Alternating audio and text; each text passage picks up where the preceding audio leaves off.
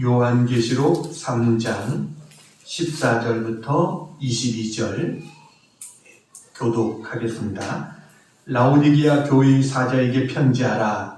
아멘이시요 충성되고 참된 증인이시요 하나님의 창조의 근본이신 이가 이르시되 내가 내 행위를 아노니 내가 차지도 아니하고 뜨겁지도 아니하노라. 내가 차든지 뜨겁든지 하기를 원하노라. 내가 이같이 미지근하여 뜨겁지도 아니하고 차지도 아니하니 내 입에서 너를 토하여 버리리라. 내가 말하기를 나는 부자라 부유하여 부족한 것이 없다 하나 내 공부한 것과 가련한 것과 가난한 것과 눈먼 것과 벌거벗은 것을 알지 못하는도다. 내가 너를 권하노니 내게서 불로 연단한 금을 사서 부요하게 하고 흰옷을 사서 입어 벌거벗은 수치를 보이지 않게 하고 안약을 사서 눈에 발라 보게 하라. 무릇 내가 사랑하는 자를 책망하여 징계하노니 그러므로 내가 열심을 내라 회개하라. 볼지어다 내가 문 밖에 서서 두드리노니 누구든지 내 음성을 듣고 문을 열면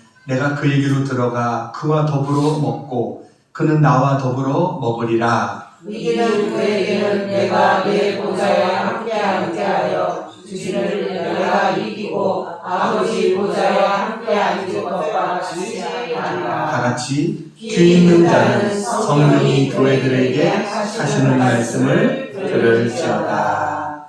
아멘. 할렐루야. 아멘. 벌써 2023년도 마지막 날이 됐습니다. 1년이 이렇게 빠르게 지나갔습니다. 오늘 이제 마지막 송년 주일로 우리가 하나님 앞에 드립니다. 그래서 오늘 말씀도 성경의 마지막 책인 요한계시록 말씀을 전하려고 합니다.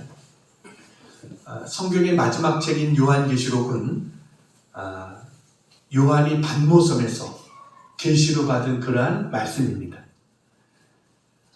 요한이 썼지만 주님이 주신 말씀이죠.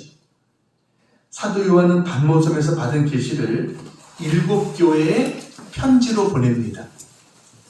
에서버두, 사빌라, 그러니까 에베소, 버가모, 에베소, 서모나, 버가모, 두아디라, 사대, 빌라델비아, 라오디게아 교회 이렇게 7교회에 이 편지를 보내게 됩니다.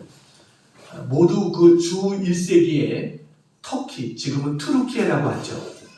이쪽에 서쪽에 위치한 소아시아 교회입니다. 근데 이 교회들의 모습은 오늘 우리들의 모습과도 같다라는 것입니다. 오늘 7교회에 주신 그 말씀을 보면 똑같이 성령이 교회들에게 주신 말씀을 들을지어다 이랬어요. 그러니까 교회들이라고 했습니다. 어떤 특별한 교회가 아니라 이것은 지금까지 모든 교회들에게 주시는 말씀이다 라는 겁니다. 그래서 이 말씀을 보면 이 7개의 교회 중에서도 특별히 라오디게아 교회, 제일 마지막에 나오는 라오디게아 교회는 어떻게 보면 말세를 살아가고 있는 지금 오늘 이 시대의 우리들의 모습과 가장 비슷한 그러한 교회가 바로 이 라오디게아 교회의 모습이다 라는 것을 볼 수 있습니다. 라오디게아 교회가 어떤 교회였는가? 17절에 잘 나타납니다. 17절. 자, 빨간 글씨 한번, 처음부터 읽어볼까요? 시작. 내가 말하기를 나는 부자라 부유하여 부족한 것이 없다. 내 공부한 것과 가련한 것과 가난한 것과 눈먼 것과 벌거벗은 것을 알지 못하였도다. 이 교회는 영적으로 가난하고 눈멀고 또 옷 벗었다 이렇게 성경은 이야기를 합니다. 이 라오디게아 교회가 어떤 교회인가? 이 터키 쪽에 소아시아 교회들 이렇게 쭉 다녀보면 이 라오디게아라는 교회를 이제 가보게 되는데 가서 느낀 첫 번째 특징은 다른 교회들보다 제일 크다는 겁니다. 그 유적지의 넓이가 제일 큽니다. 그리고 그 지역도 제일 잘 사는 그런 지역이었던 것을 보게 됩니다. 사진을 보여드리겠습니다. 예, 저게 라오디게아 유적지의 그 전경입니다. 저쪽 지역이 다 라오디게아 이제 지역이고, 또 다음 사진을 보여주세요. 원형극장, 저런 원형극장, 또 여러 가지 극장이 저게 하나가 아니라 몇 개의 극장이 있었고, 또 하여튼 이 지역에 보면 3개의 극장과 3,000명을 수용할 수 있는 경기장을 갖고 있는 지역이 라오디게아라는 지역입니다. 다음 사진을 보여주세요. 저렇게 교통도 로마로 이렇게 사방으로 뻗어 있는 그런 도로가 나 있는 지역이 라오디게아입니다. 그러니까 로마로 가는 길, 또 여러 군데로 뻗쳐 있는 저런 큰 도로들이, 로마 시대의 도로들이 건설되어 있어요. 다음 사진을 보여주세요. 저게 라오디게아 교회 내부의 모습입니다. 아직 다 발굴이 안 돼 있지만 저렇게 굉장히 큰 그러한 교회였다라는 규모를 볼 수 있어요. 다음 사진을 보여주세요. 저게 복원도입니다. 그때 당시 2000년 전에 저런 형태를 갖고 있었다는 거예요. 그러니까 얼마나 잘 살고 했던 지역일까라는 걸 보여주는 거죠. 또 다음 사진 있나요? 예, 바로 라오디게아 지금 이렇게 일부만 남아있지만 아까 말했듯이 그렇게 큰 교회의 위치를 갖고 있었다라는 것을 보여줍니다. 그래서 라오디게아라는 지역은 상당히 부유했던 그런 지역입니다. 또 하나의 특징은 유명한 병원과 의사들이 많았다는 겁니다. 그래서 의학교도 있었어요. 지금은 의학을 만드는 그런 병원이 있었고, 의학대학도 있었고, 특별히 여기서 잘하는 게 눈을 치료하는 안질의 치료로 유명했습니다. 그런데 하나님은 도리어 이들에게 눈멀었다는 거예요. 그렇게 부유한 그 지역에 너희들은 가난하고 너희들은 눈멀었다. 뿐만 아니라 이 지역은 목화 재배가 유명한 그런 지역입니다. 그래서 양털과 목화 산업이 아주 유명했고 패션 산업이 발달했던 지역이 이 지역입니다. 그런데 주님께서 패션 산업이 발달된 이 지역의 사람들을 가리켜서 너희들이 벌거벗었다 이렇게 말하고 있어요. 그러니까 요약하면 이렇습니다. 라오디게아 교회들은 부유했지만 영적으로 가난했고, 눈은 안약은 좋은 안약들이 있고 의사들이 있었지만 영적으로는 어두웠고, 목양과 목화는 풍성했지만 실제 그들의 모습은 벌거벗은 것과 같았다. 이렇게 성경은 이야기하고 있는 거예요. 그래서 이 7개의 교회 중에 라오디게아 교회는 칭찬이 없습니다. 책망만 들었던 그러한 교회예요. 어떻게 보면 지금 현대의 우리 교회의 모습과 너무 비슷한 이런 교회가 라오디게아 교회다라는 겁니다. 이 교회의 특징이 뭐냐? 성경은 이 교회의 특징을 한마디로 이야기하는데 그것이 뭐냐면 미지근하다는 겁니다. 오늘 15절 16절 같이 한번 읽겠습니다. 시작. 내가 내 행위를 아노니 내가 차지도 아니하고 뜨겁지도 아니하도다. 내가 차든지 뜨겁든지 하기를 원하노라. 내가 이같이 미지근하여 뜨겁지도 아니하고 차지도 아니하니 내 입에서 너를 토하여 버리리라. 얼마나 두려운 말씀입니까? 여러분, 토해버리겠다. 이건 뭐예요? 아주 버린다는 거예요. 우리의 일생이 마지막에 이렇게 주님이 버리는 것으로 끝난다고 한다면 그것처럼 비극적인 일이 어디 있겠어요? 하나님께서는 우리에게 나는 너희들이 뜨겁든지 아니면 차든지 하기를 원한다 라고 이야기를 하십니다. 그러니까 우리들의 신앙의 문제가 뭐라는 거예요? 미지근한 거. 이게 문제라는 거예요. 여러분, 미지근한 콜라 먹어보셨습니까? 여름에 더워서 콜라 한 잔 딱 마시고 싶은데 그 콜라가 미지근해요. 그럼 진짜 그건 아무런 맛도 없겠죠.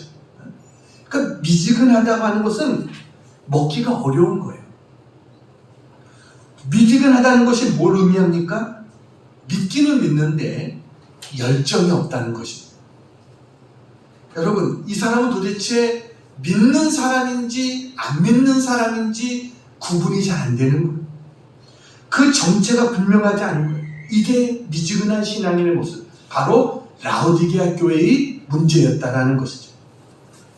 미지근하면 어떻게 되느냐? 미지근하면요, 부패하게 됩니다. 뜨겁든지 차든지 하면 균이 거기서 자라지 못하는데, 미지근하면 이게 부패가 빨리 일어나게 됩니다. 신앙도 마찬가지입니다. 제일 위험한 신앙은 미지근한 신앙입니다. 미지근하다는 것은요, 진리에 무관심하고 무감각하다는 거예요. 그러니까 때로는 하나님으로부터 징계의 매를 맞는데도 어떻게 보면 깨달음이 없어요. 하나님 말씀에 감동이 없어요. 그냥 무관심하고 무감각하고, 그러니까 내 영혼이 죽어있는지 살아있는지조차도 모르는 상태에 있는 것, 이게 미지근한 거예요. 그럼 여러분, 왜 우리의 열정이 이렇게 식었을까? 그 이유는 두 가지입니다. 우리의 신앙이 미지근해지고 열정이 식는 이유는, 첫째는 밖으로부터의 고난이 없다라는 거예요. 또 하나는 안으로부터의 성령의 뜨거운, 성령의 강력한 지배를 받지 못하고 있다. 이렇게 될 때 미지근해지게 됩니다. 그러니까 초대교회는요, 밖으로부터의 핍박이 있었습니다. 안으로, 내부로부터는 이단들의 공격이 있었습니다. 그러니까 초대교회는 밖으로부터의 고난과 싸워야 되고, 내부로부터의 유혹과 싸워야 되고, 그러다 보니까 미지근할 새가 없었던 거예요. 싸우다 보니까 순교하게 되고, 그러다 보니까 그들의 신앙은 더 강해졌던 거예요. 근데 라오디게아 교회는 핍박도 이단의 공격도 없었다는 겁니다. 그냥 햇볕은 쨍쨍, 모리하는 반짝, 이런 것이었어요. 나의 영혼은 평안해, 나의 영혼은 평안해, 이런 교회였습니다. 그러다 보니까 그들의 신앙은 점점 죽어가고 있었어요. 지금 한국 교회에 핍박이 있습니까? 여러분, 지금 예배 우리가 드리는데 핍박이 있습니까? 예배, 예수님 믿는다고 누가 자방하고 누가 죽고 이렇게 됩니까? 아니라서 다행이지만 교회도 점점 식어져 가고 있는 거예요. 시련이 없다 보니까 하나님 앞에 우리가 믿음으로 열정을 갖지도 못하는 거예요. 그렇게 오랜 시간을 지내다 보니까 영적으로 식어져 버렸어요. 미지근해져 버렸어요. 외부에 고난이 없다면 내부로 성령의 충만이라도 있어야 되는데 그것도 없는 거예요. 우리는요, 우리 열정이 회복되어져야 될 줄로 믿습니다. 가슴에 불이 타올라야 돼요. 우리의 환경이 변하는 것을 기도하는 것보다 믿음의 열정이 회복되는 것, 이것을 우리는 기도해야 되는 거예요. 오늘 본문에 보면 예수님께서 특별히 라오디게아 교회에게 너희는 이것을 사라, 몸모를 사라고 하는 게 세 가지가 나옵니다. 여러분, 죽어있는 교회가 살아나는 비결이 있습니다. 이거 우리 개인의 신앙도 마찬가지입니다. 안 좋은 교회가 좋은 교회가 되는 길, 찬양받던 교회가 칭찬받는 교회로 변하는 길, 그것은 뭐예요? 세 가지를 사면 된다는 거예요. 오늘 라오디게아 교회에게 너희는 이것을 사라라고 주님이 말씀하세요. 우리가 뭔가를 산다는 것은 그것이 값어치가 있기 때문에 사는 거죠. 쓸모없는 걸 사진 않잖아요. 정말 꼭 필요하고 이것은 없어서는 안 돼, 그런 것이었을 때는 우리가 아무리 비싼 값을 지불해서라도 그것을 사게 되는 거죠. 우리에게 이것을 사라라고 이야기해요. 자, 어떤 것을 사야 되느냐? 자, 첫 번째 같이 한번 읽겠습니다. 시작. 불로 연단한 금을 사서 부요하게 하라. 18절 말씀 같이 한번 읽겠습니다. 18절 빨간 글씨 시작. 내가 너를 권하노니 내게서 불로 연단한 금을 사서 부요하게 하고. 뭘 사라고요? 불로 연단한 금을 사라. 왜요? 하나님이 금은방을 하시기 때문에? 그래서 금을 사라는 것입니까?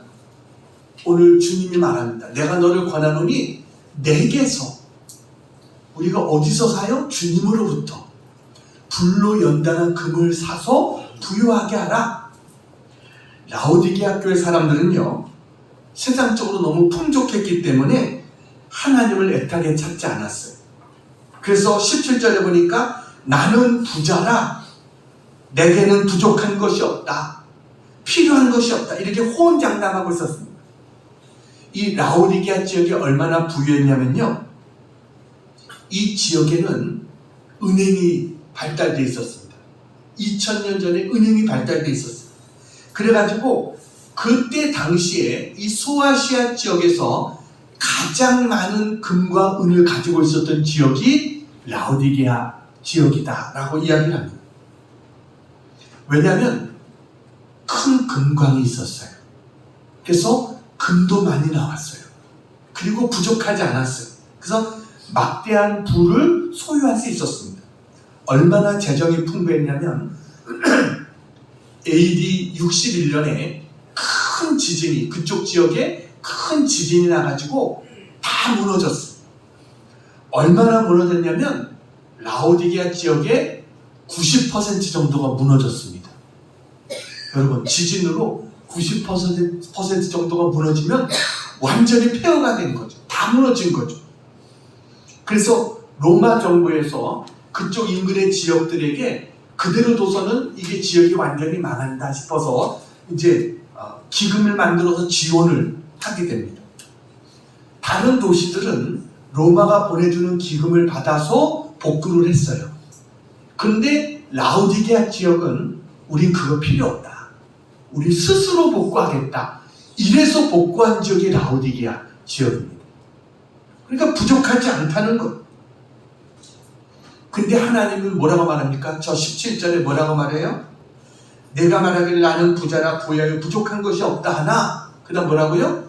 내 곤고한 것과 가련한 것과 가난한 것과 눈먼 것과 벌거벗은 것을 알지 못하는도다. 하나님은 내가 곤고하고 가련하고 가난하다, 이렇게 하나님께서 말씀하시는 것.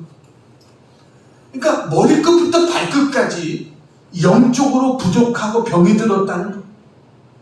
너희들은 자기들의 실상을 너무 모르고 있다는 거예요.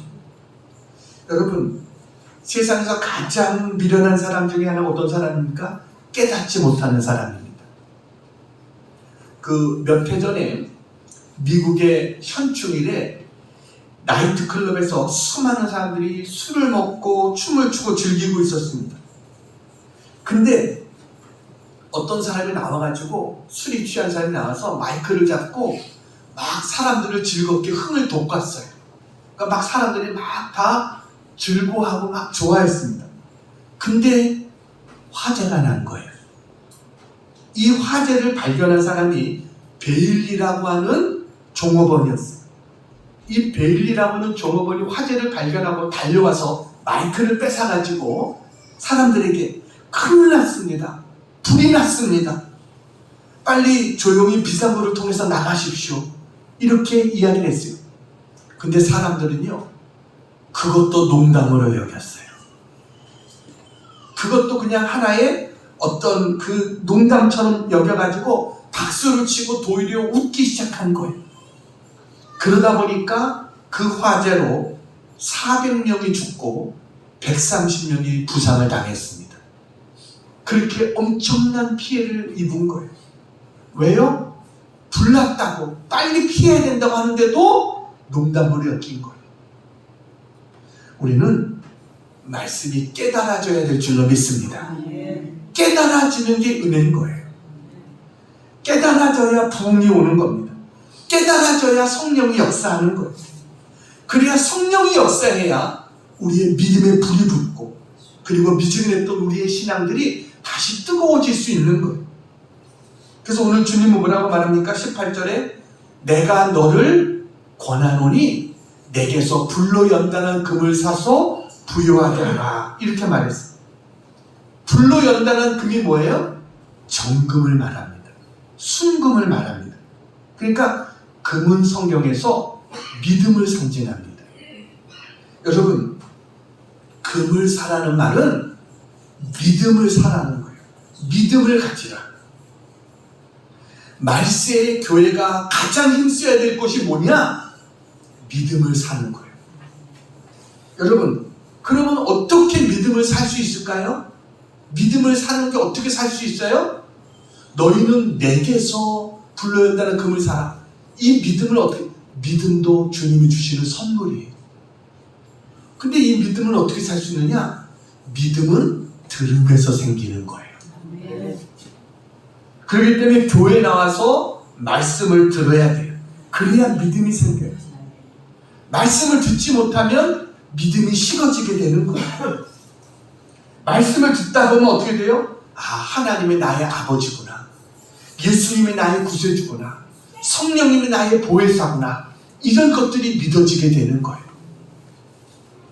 근데 오늘 성경에 보니까 믿음이 생기는 또 하나의 방법이 있어요. 말씀을 들어야 믿음이 생기지만 또 하나의 방법이 있어요. 그것이 뭐냐면 연단을 통해서 믿음이 생긴다는 겁니다. 뭘 통해서요? 연단을 통해서. 오늘 성경에 보니까 불로 연단한 금을 사서 그랬어요. 그러니까 여러분, 연단이라는 말이 뭐냐면 센 불로 달군다. 이게 연단입니다. 다시 말하면 우리가 신앙의 하나님 안에서 어떻게 보면 시련을 통해서 불순물이 사라진 순수한 전분 같은 믿음, 거짓이 없는 믿음, 진실한 믿음, 이런 것을 너희들이 사야 된다. 이것을 우리에게 말씀하는 거예요. 하나님 우리에게 시련을 주신 이유가 뭔지 아십니까? 그것을 통해서 우리가 정금 같은 믿음을 갖게 하기 위해서 하나님이 우리를 시험하시는 거예요. 그러니까 우리 예수 믿는 사람들은 시련을 두려워할 필요가 없어요. 왜냐면 그게 처음에는 어려워 보이지만 지나고 나서 보면 그게 축복이었고, 그걸 통해서 우리의 믿음이 불로 연달아 믿음 같은 그런 믿음이 되어지게 되는 것. 여러분, 우리가 주님 안에서 이와 같은 믿음 갖게 되기를 축원합니다. 말세의 교회가 해야 될, 우리가 사야 될 첫 번째 것이 뭐냐? 금을 사라고 그랬어요. 연단한 금을 사라. 그것은 뭐냐? 이 금과 같은 믿음을 가져야 된다. 이 믿음을 사야 된다. 이게 우리가 사야 될 첫 번째다라는 거예요. 자, 두 번째. 같이 한번 읽겠습니다. 시작. 흰옷을 사서 입으라. 자, 18절 같이 한번 읽겠습니다. 18절. 빨간 글씨 시작. 흰옷을 사서 입어 벌거벗은 수치를 보이지 않게 하고. 흰옷을 사서 입으라 그랬어요. 라오디게아 지역은 금도 유명했지만 어떻게 보면 목화 같은 이런 것들이 유명했다라고 말씀드렸죠. 사진을 보여드릴게요. 네. 지금도 터키 최대의 모직 공장이 라오디게아에 있습니다. 다음 사진을 보여주세요. 저게 목화밭입니다. 큰 목화밭들이 이쪽 지역에 많이 있어요. 그래가지고 당시에 라오디게아 지역은 이 면직 공업이 발달했어요. 특별히 하얀색 옷, 이게 발달했습니다. 로마의 상원의원들이 입는 옷을 여기서 만들었다고 해요. 그러니까 흰 옷을 사서 입으라. 이 지역은 옷감으로 제일 유명한 지역입니다. 모든 패션의 중심지라고 하는 말을 듣는 지역입니다. 유행의 첨단을 걷는 지역이. 그들은 서로가 내가 이렇게 좋은 옷을 입었어 이렇게 자랑하고 있었지만 주님 보시기에는 이들이 벌거벗었다. 이렇게 주님은 책망하고 있습니다. 오늘 본문을 보면 옛날 동화가 생각이 납니다. 벌거벗은 임금님 이런 거 생각나시지 않습니까? 어떤 왕에게 어떤 재단사가 사기를 치는 거죠. 그래가지고 좋은 옷을 해드리겠다고. 그래가지고 나중에 옷을 가져왔다고 보는데 아무것도 없는 거예요. 그래서 어떻게 됐느냐 했더니 이것은 아주 마음이 정결하고 순수한 사람 눈에만 보이는 옷이라고.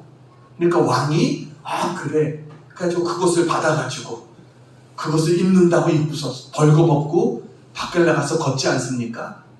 사람들은 그런 왕을 보고도 아무 말 못하는데 어떤 아이가 임금님은 벌거숭이라고 놀렸다는 거 아니에요? 여러분, 벌거숭이임에도 불구하고 자기가 좋은 옷을 입고 있다라고 착각하며 살아가고 있는 것, 이게 바로 우리들의 모습이다라는 거예요. 영적인 주님의 눈으로 볼 때는 벌거벗은 것과 다름이 없다는 거예요. 이게 라오디게아의 모습이에요. 신앙은 겉의 모습이 중요한 게 아니라 주님은 우리의 뭐예요? 속사람을 보시는 주님이신 것을 믿으시기 바랍니다. 그래서 주님은 얼마나 좋은 옷을 입고 있느냐, 여기에 관심 많은 우리들에게 흰 옷을 사서 입어 벌거벗은 수치를 보이지 않게 하라. 주님께서 우리에게 이렇게 말씀하십니다. 교회가 교회다워지고요, 성도가 성도다워지기 위해서는 흰 옷을 입어야 돼요. 흰 옷은 세마포 옷이에요. 세마포 옷은 성결을 의미합니다.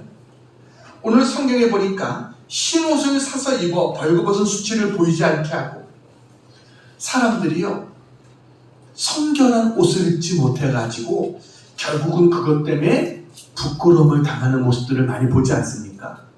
심지어는 자기의 목숨을 끊는 그런 것까지 우리가 보게 되잖아요. 그 이유가 뭐예요? 거룩한 순결한 옷을 입지 못했기 때문에. 그래서 우리는 어떻게 해야 돼요? 부끄러움을 당하지 않기 위해서 우리는 순결한 옷을 입어야 돼요. 거룩한 흰 옷을 입어야 돼요. 근데 이 흰 옷이 뭐냐는 겁니다. 이 흰 옷.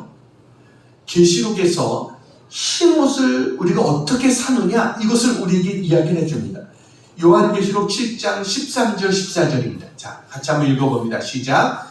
장로 중 하나가 응답하여 나에게 이르되 이 흰 옷 입은 자들이 누구며 또 어디서 왔느냐? 내가 말하기를 내 주여 당신이 아시나이다 하니, 그가 나에게 이르되 이는 큰 환난에서 나오는 자들인데 어린 양의 피에 그 옷을 씻어 희게 하였느니라. 흰 옷을 입은 자들은 두 가지를 한 사람들이라는 거예요. 첫째는 뭐냐면 큰 환난에서 나온 자들이 흰 옷을 입었다는 겁니다. 이게 뭐냐면 하나님이 흰 옷을 입혀줬다는 거예요. 작은 환난이 아닙니다. 큰 환난에서 나온 사람들입니다. 다시 말하면 환난을 이긴 자들이 흰 옷을 입었다는 겁니다. 또 하나는 어린 양의 피에 그 옷을 씻어서 희게 한 사람들이다 라는 거예요. 그러니까 여러분, 우리가 더러운 옷은 비누로 씻잖아요. 근데 더러운 죄는 어떻게 씻습니까? 예수님의 피로 씻는 거예요. 피 흘림이 없으면 죄사함이 없습니다. 그래서 우리가 찬송도 그러잖아요. 나의 죄를 씻기는 예수의 피밖에 없네. 여러분, 큰 환난을 이기고 예수의 피로 씻은 사람이 흰 옷을 입게 된다. 우리는 이 흰 옷을 입는 사람들이 돼야 된다라는 것이에요.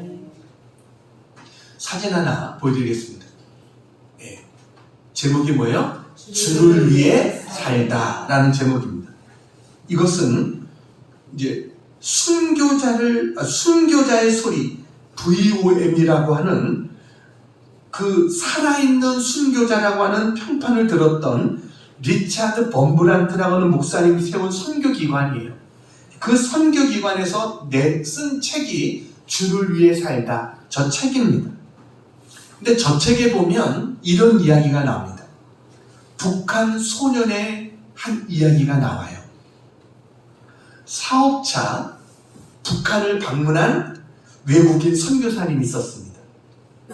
근데 이제 호텔에 이렇게 있는데 어떤 이제 자기를 와서 이렇게 그 굳은 일을 하는 어떤 그 소년을 본 거예요. 근데 보니까 이 소년이 믿음이 있는 소년이라는 것을 알게 됐어요.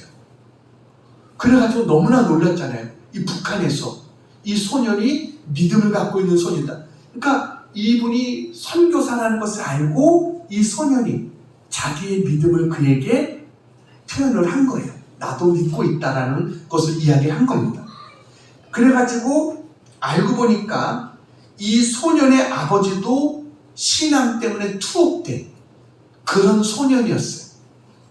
그래가지고 이 소년의 삶이 무척이나 고달픈 삶이었다는 것을 선교사님이 알게 되고, 선교사님이 어떻게든지 이 소녀를 좀 도와줘야 되겠다, 이런 생각을 선교사님이 하게 된 거예요. 그래가지고 소녀를 만나서 뭘 도와줬으면 좋겠냐 이렇게 했는데, 그러면 당연히 뭐뭐 좀 도와주세요 이렇게 부탁할 거라고 생각이 되잖아요. 근데 소년이 뭘 부탁했냐면 전혀 뜻밖의 것을 부탁을 한 거예요. 그게 뭐냐면, 이 소년이 호텔에서 일하면서 받은 팁이라든가 이런 돈들이 있어요. 그런 돈들의 11조를 주면서 이것을 갖다가 헌금해달라. 자기 대신, 자기는 할 수가 없으니까 자기 대신 자기의 11조를 가서 헌금해달라 부탁을 하더라는 거예요. 그러면서 자기에게 침례를 좀 베풀어주고 성만찬식을 좀 자기에게 해달라, 이 부탁을 이 소년이 하더라는 겁니다. 그리고 한 가지를 더 부탁하는데, 자기에게 좀 더 좋은 성경책을 하나 좀 달라, 이 부탁을 이 소년이 하더라는 거예요. 이 선교사님이 너무나 충격을 받았대요. 그러면서 야, 이렇게 절망적인 상황 속에 있는 그런 소년인데, 그런데도 오히려 하나님 앞에 드리려고 하는 이런 믿음을 갖고 있는 소년이었구나. 너무나 큰 충격과 그것을 가졌게 됐다. 저 책에 그러한 이야기가 나오고 있습니다. 여러분, 정말 이런 소년이 뭐예요? 흰옷을 입은 소년이죠. 하나님 앞에 흰옷을 입은 거예요. 성경은 또 옷을 가리켜서 성도들의 행실이 옷이라고 말합니다. 요한계시록 19장 8절 같이 한번 읽겠습니다. 그에게 빛나고 깨끗한 세마포 옷을 입도록 허락하셨으니 이 세마포 옷은 성도들의 옳은 행실이다 하더라. 아멘. 세마포 옷이 뭐라고요? 성도들의 옳은 행실. 이게 세마포 옷이라는 거예요. 그러니까 예수님의 피로 깨끗함을 입은 자들, 이들은 어떻게 해야 돼요? 옳은 행실의 옷을 입어야 된다라는 겁니다. 우리가 입어야 될 옷이 어떤 옷입니까? 골로새서 3장 12절에 말씀합니다. 골로새서 3장 12절 같이 한번 처음부터 읽겠습니다. 시작. 그러므로 너희는 하나님이 택하사 거룩하고 사랑받은 자처럼 긍휼과 자비와 겸손과 온유와 오래 참음을 옷 입고, 우리가 입어야 될 옷이 저거라는 거예요. 뭘 입어야 돼요? 긍휼의 옷을 입어야 된다는 거예요. 긍휼은 어려운 상태에 있는 자들을 불쌍히 여기는 것, 이게 긍휼입니다. 자비는 뭐예요? 사랑하고 베푸는 것, 이게 자비입니다. 겸손은 자기를 낮추고 남을 높이는 것, 이게 겸손입니다. 온유는 따뜻하고 부드러운 마음, 이게 온유예요. 오래 참는다는 것은 인내한다는 것을 말하는 것이죠. 우리는 이와 같은 옷을 입어야 된다라고 성경은 말하고 있습니다. 그래서 예수님의 피로 여러분, 우리는 이미 깨끗한 옷을 입게 된 사람인 것을 믿으시기 바랍니다. 그렇게 된 우리들은 뭐예요? 이제는 저 5가지의 옷을 입고 살아갈 수 있는 그와 같은 자들이 되어야 된다. 말세의 성도들은 저 옷을, 흰 옷을 사야 된다, 우리에게 말씀하고 있어요. 자, 세 번째 같이 한번 읽겠습니다. 시작. 안약을 사서 눈에 발라라. 자, 18절 말씀 같이 한번 읽겠습니다. 18절 빨간 글씨 시작. 안약을 사서 눈에 발라 보게 하라. 계속 사라는 거예요. 금을 사라. 불로 연다는 금을 사라. 흰옷을 사라. 그 다음에 뭐예요? 안약을 사라 라고 우리에게 말하고 있습니다. 이쪽 지역에 안약이 유명하다라고 말씀드렸어요. 이들은요, 최고로 좋은 안약이 이쪽 지역에 있었고요, 의사들도 이쪽 지역에 유명한 의사들이 있고 병원들이 있어가지고 최고의 의술을 자랑했어요. 그래서 어느 정도로 의술이 유명해졌냐면, 동전을 찍을 때 이 동전에다가 의사의 초상화를 집어넣을 정도로 의사가 유명한 지역이 이 지역이었어요. 그 의사들 중에서도 뭐예요? 안약이 유명한 지역이 이 지역이었다라는 거예요. 이쪽 지역은 육신의 눈을 밝게 해주는 안약은 유명했지만, 근데 이쪽 지역의 사람들은 뭐예요? 영적인 눈은 오히려 어두워져 있었다 라고 성경은 말하는 겁니다. 영적인 세계를 보지 못한다는 것, 그저 육신적인 것에만 관심이 있고 영적인 세계는 관심이 없어요. 봐야 될 것들, 우리가 보지 못하는 것을 보는 것이 믿음인데 그것을 볼 수 있는 눈이 어두워져 있었던 거예요. 여러분, 우리는 영적인 눈이 열려진 자들이 되어지기를 축원합니다. 누가복음 24장에 보면 엠마로 내려가던 제자들이 있었어요.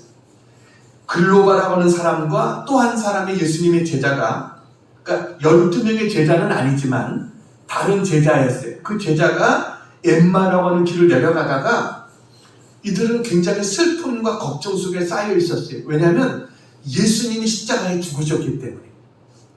근데 그들에게 부활하신 예수님이 나타났어요.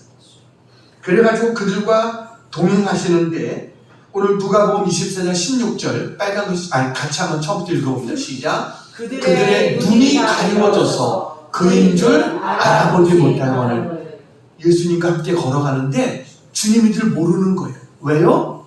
눈이 어두워져서. 눈이 어두워져서 주님인 줄 몰라요. 근데 주님이 함께 걸어가면서 이제 자신에 관한 성경의 말씀들을 설명을 해주는 거예요. 풀어서 설명을 해주고, 그리고 한 집에 들어가요. 거기에서 그들과 함께 음식을 나눕니다.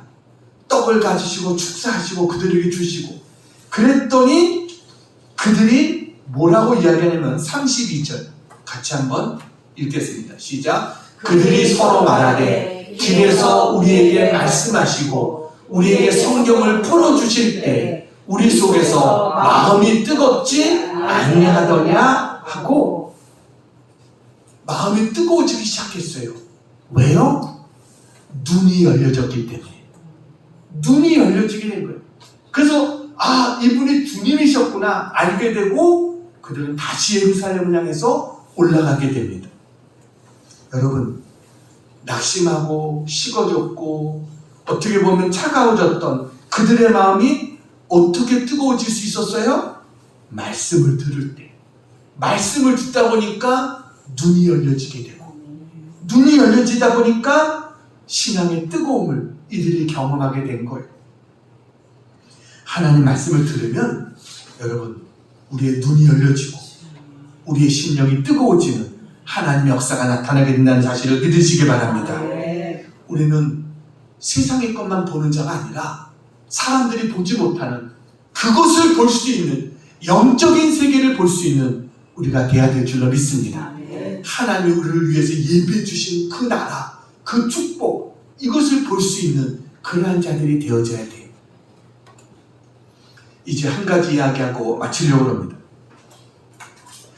평양 음대와 러시아 차이코프스키 음악원을 졸업한 세계적인 바이올리니스트가 있습니다. 이분이 누구냐면 정요한이라고 하는 사람입니다. 사진을 보여주세요. 바로 정요한 집사입니다. 지금은 집사님이 되었습니다. 이분은요, 세계 콩쿠르에서 다수 입상을 했습니다. 그리고 8년 동안 김정일 전용 악단의 단장을 합니다. 김정일 악단의 단장을 했습니다. 그리고 평양음악대학 교수로 재직을 했어요. 그러다가 2009년에 그가 탈북을 하게 됩니다. 근데 그가 탈북한 이유가 뭐냐면, 그가 탈북한 이유는 하나예요. 잘 먹고 잘 살기 위해서 탈북한 게 아니라 예수님을 잘 믿고 싶어서, 그래서 저분이 탈북을 하게 된 겁니다. 저분이 동유럽에 교수로 가 있었어요. 근데 거기에 다른 유럽인 교수가 그에게 이야기를 하는 겁니다. 얼굴색이 안 좋으시네요. 교회 한번 가보세요. 이렇게 그 친구 교수가 전도를 한 거예요. 그랬더니 나는 교회 갈 수 없습니다 라고 이야기를 했어요. 나는 거기에 아무런 관심도 없습니다 라고 이제 이야기를 했습니다. 근데 어느 날 마음속에 갑자기 뭔가 부딪히는 게 있어요. 그래가지고 그 친구 교수에게 자기의 속마음을 살짝 털어놨어요. 그게 뭐냐면 사실은 나의 할아버지가 장로님이셨습니다. 이렇게 이야기를 한 거예요. 그랬더니 그 교수가 깜짝 놀라면서 그래요? 그의 손목을 잡으면서 그러면 교회 나가셔야죠 하면서 그에게 이야기를 한 거예요. 그러면서 이분이 이제 할아버지가 생각이 나기 시작한 거예요. 자기를 무릎에 앉혀놓고 늘 기도해 주었던 그 할아버지 생각이 난 거예요. 그러다가 그분은 장로라는 이유 때문에 평양에서 추방이 되었대요. 할아버지가. 그래가지고 지방에서 많은 핍박을 받다가 돌아가셨어요. 그 할아버지의 생각이 막 나면서 할아버지 된 그 기도 소리가 막 귀에 쟁쟁하면서 그래서 자기도 모르게 이제 교회를 찾아가게 된 거예요. 근데 막상 교회 앞에 갔지만 교회 문을 여는 게 쉽지가 않죠. 교회 앞에 와서도 교회에 들어가는 게 쉽지가 않은 거예요. 근데 안에서 찬송가 소리가 나기 시작한 거예요. 찬송가 소리를 듣는 순간 마음이 무너졌어요. 예전에 자기가 할아버지로 들었던 그 찬송, 이 찬송 소리가 나면서 그가 뭐라고 간증했냐면 찬송가 선율이 밖으로 들리면서 벼랑간 제 마음이 평안해지고 들어가 보고 싶어졌습니다. 그리고 들어가서 예배를 드리면서 세상에 태어나 그렇게 많은 감동의 눈물과 콧물을 흘려본 적이 없습니다. 그 찬송가 가사, 음율, 특별히 저의 마음을 100% 뒤집어 엎은 것이 있었습니다. 그것은 하나님 말씀이었어요. 그 말씀이 뭐냐면 진리를 알지니 진리가 너희를 자유케 하리라. 이 말씀이었어요. 한 번의 예배가 이 사람의 운명을 바꿔놨어요. 예배가 이만큼 중요한 것입니다. 여러분, 찬양 하나가, 말씀 하나가 우리의 인생을 바꿀 수도 있는 거예요. 왜냐하면 영적인 눈이 열려진 거예요. 그래서 그는 너무나 그냥 기뻐가지고 그냥 매주 교회에 몰래 나간 거예요. 그러다가 다른 사람들이 알게 됐어요. 북한에 있는 사람들이 알게 된 거예요. 그래가지고 북송당할 위기에 처하니까 그래서 어떻게 했어요? 남쪽으로 탈북을 이분이 하게 된 겁니다. 남한에 내려와가지고 이분이 이제 교회에서 찬양으로 하나님 앞에 영광을 돌리고 싶은데 근데 악기도 없잖아요. 자기가 그냥 빈몸으로 내려왔으니까. 근데 이제 악기가 너무나 갖고 싶어가지고 악기점에 갔대요. 자기 수중에는 10만 원 정도밖에 없었답니다. 근데 이게 마음에 보니까 예술의 전당 서울에 그 앞에 있는 악기점이었는데 들어가서 악기를 이렇게 이것저것 보고 마음에 드는 악기가 있어가지고 이거 연주를 한 번 한 다음에 이거 얼마 정도 합니까? 라고 물었더니 300만 원이랍니다. 이 사람 얼마 있었다고요? 10만 원. 그래가지고 어깨가 쭉 늘어뜨리고 그냥 돌아서 나오려고 하는데 성령님이 감동하셨나 봐요. 그 악기점 사장이 그를 세우더니 이거 선물로 줄 테니 가져가라고. 그 300만 원짜리 그것을 그냥 그분에게 선물로 줬대요. 그래서 그분은 이거는 하나님이 나에게 주신 것이구나. 자기가 그렇게 받았다는 거예요. 그리고 이분은 우리나라에서 다른 분과 결혼하게 됩니다. 사진을 보여주세요. 저분이 바로 부인입니다. 정요한, 김혜나 부부. 저 부인도 평양 음대를 나온 동문이에요. 그리고 탈북한 사람이에요. 그리고 저 부인의 집안도 순교자 집안이래요. 그래서 같이 결혼해가지고 그래서 지금은 뭐예요? 정말 믿음 안에서 탈북자들을 돕고 또 찬양으로 하나님께 영광을 돌리는 그와 같은 일을 하고 있는 그런 사람이 되어졌다라는 것입니다. 저번에 간증입니다. 자기는 북한에 있을 때 김정일 음악단 단장, 교수 등 직함이 많았지만 자기가 지금 남한에 온 다음에 자기에게 제일 소중한 직함은 집사다라고 이야기했어요. 왜냐하면 이건 하나님이 주신 직분이기 때문에 자기에게 이것보다 소중한 직분이 없다. 나의 가장 귀중한 직함은 집사다. 그리고 자기는 시편 57편 7편 말씀, 늘 이 말씀을 마음에 간직하고 살아간다는 거예요. 그게 뭐냐면 하나님이여 내 마음이 확정되었고 내 마음이 확정되었사오니 내가 노래하고 내가 찬송하리이다. 이 말씀을 가지고 자기는 찬양하는 사역을 하고 있다. 이렇게 이분이 간증을 했습니다. 우리에게 제일 중요한 것은 눈이 열리는 것인 줄로 믿습니다. 네. 여러분, 영적인 눈이 열릴 때 우리의 신앙에 불이 붙게 되는 거예요. 네. 신앙에 불이 붙어야 이제는 다른 사람에게 영향력 있는 믿음의 삶을 살아갈 수 있게 되는 줄로 믿습니다. 네. 오늘 우리가 사야 될 것 세 가지, 오늘 성경에서 우리에게 가르쳐 준 것. 첫 번째는 뭐라고요? 불로 연단한 금을 사라. 두 번째는 뭐예요? 흰 옷을 사서 입으라. 세 번째는 안약을 사서 눈에 발라라. 자, 이렇게 하면 하나님의 주신 약속하신 축복이 있어요. 그게 뭐냐? 3장 20절입니다. 같이 한번 읽겠습니다. 시작. 볼지어다 내가 문 밖에 서서 두드리노니 누구든지 내 음성을 듣고 문을 열면 내가 그에게로 들어가 그와 더불어 먹고 그는 나와 더불어 먹으리라. 아멘. 먹는다는 건 뭐예요? 교제한다는 거죠. 다시 말하면 주님과 교제하는 기쁨을 누리게 될 거다라는 거예요. 주님과 함께 이 세상에서 비교할 수 없는 그 양식을 주님과 함께 먹는 기쁨을 누리게 될 거다. 또 하나의 축복을 약속하고 있어요. 21절입니다. 같이 한번 읽겠습니다. 시작. 이기는 그에게는 내가 내 보좌에 함께 앉게 하여 주기를 내가 이기고 아버지 보좌에 함께 앉은 것과 같이 하리라. 그런 자들에게는 뭐예요? 하나님의 보좌에 주님과 함께 앉는 그런 기쁨을 누리게 될 것이다. 할렐루야. 네. 이와 같은 축복이 우리에게 있기를 축원합니다. 네. 우리의 신앙이 미지근해져서는 안 돼요. 미지근해지지 않게 해서 우리는 사야 될 것이 있어요. 주님으로부터 사야 될 것. 금과 흰옷과 안약을 사야 돼요. 주님의 나라에는 이것들이, 주님의 슈퍼마켓에는 이것들이 가득 있어요. 여러분, 누구든지 와서 사기를 기다리고 있어요. 여러분, 뭘 사기를 원하십니까? 좋은 차 사기를 원하십니까? 좋은 집 사기를 원하십니까? 좋은 옷 사기를 원하십니까? 무엇을 사기를 원하세요?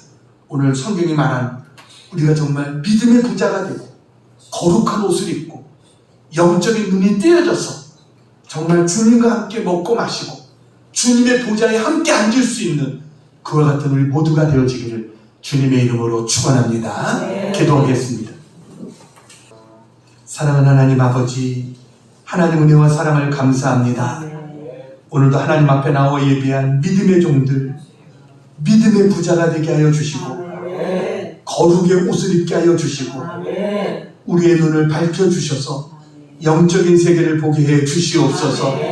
하나님 이 시간 저들에게 오셔서 거룩한 성령으로 우리의 마음을 만져주시고 우리를 새롭게 해 주시옵소서. 불로 연단한 금과 같은 순수한 믿음, 복음적인 믿음, 거짓이 없는 믿음을 가지고 예수 그리스도의 십자가의 보혈로 죄를 씻음 받고 영적으로 신령한 눈을 떠서 하나님 나라를 바라보면서 주님이 기뻐하시고 선하신 뜻이 무엇인지를 깨달아 하나님께 영광 돌릴 수 있는 저희들이 다 되게 해 주시옵소서. 우리에게 다시 믿음의 불을 붙여 주시옵소서. 여러분 이 시간 한번 여러분 연약한 곳에 한번 손 얹고 기도하겠습니다. 부족한 저희 같이 한번 기도합니다. 사랑하는 아버지 하나님, 이 시간 우리 사랑하는 성도들 연약한 곳에 믿음으로 손을 얹었습니다. 주님, 주님의 피 묻은 손으로 친히 만져주시고 안수해 주시옵소서. 주님만이 진정한 치료자가 되어주심을 믿습니다. 나 여호와는 너희를 치료하는 하나님이라.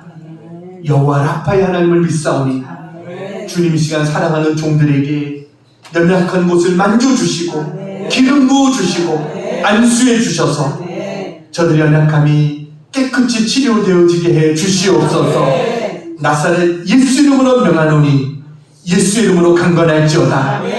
모든 통증은 사라질지어다. 예수 이름으로 깨끗이 건강하게 회복되어질지어다. 주님 역사해 주실 것을 믿습니다.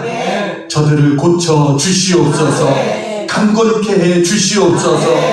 치료의 광선을 비춰 주시옵소서. 하나님, 그래서 언제나 건강함으로 하나님께 감사와 영광을 돌리며 믿음으로 살아가는 종들 다 되어질 수 있도록 하나님 저들을 지켜 주시옵소서. 감사드리며 예수님 이름으로 간절히 축복하며 기도하옵나이다. 아멘.